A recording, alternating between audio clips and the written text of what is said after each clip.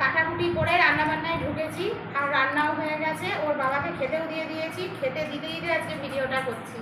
রান্না এখানে তো ভাত তো রয়েছে, আর আমার শাকটা আজকে বাদ হয়ে গেল। শাকের বদলে আমি পটল সর্ষে পোস্ত বাটা করলাম, শাকটা ফ্রিজে ভরে দিয়েছি।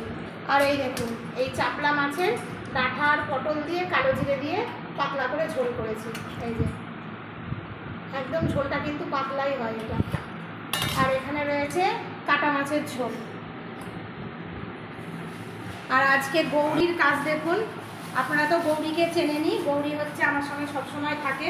ওর আজকে ষষ্ঠী, ও আসতে পারেনি না। ও আমাকে চিড়ে, ওর ছেলেকে দিয়ে চিড়ে খাওয়ার জন্য চিনি, এই আম কটা, আবার কি পাঠিয়েছে দেখাচ্ছি দাঁড়ান। আর এই যে এখানে পাঠিয়েছে 1 হাঁড়ি দই, আর এই যে এখানে মিষ্টি ফ্রিজে ঢুকিয়েছিলাম। ও বলেছে বৌদি তুমি খাবা, আর তুমি কিন্তু খেয়ে আমাকে ভিডিও করে দেখাবা। তা অবশ্যই আমি গৌরীর খাবার খাবো। আমার এখনো স্নান টান হয়নি। আমি যখন খাবো তখন গৌরী তোমাকে আমি দেখাবো। এখন আপাতত ভিডিওটা আমি বন্ধ করে দিলাম।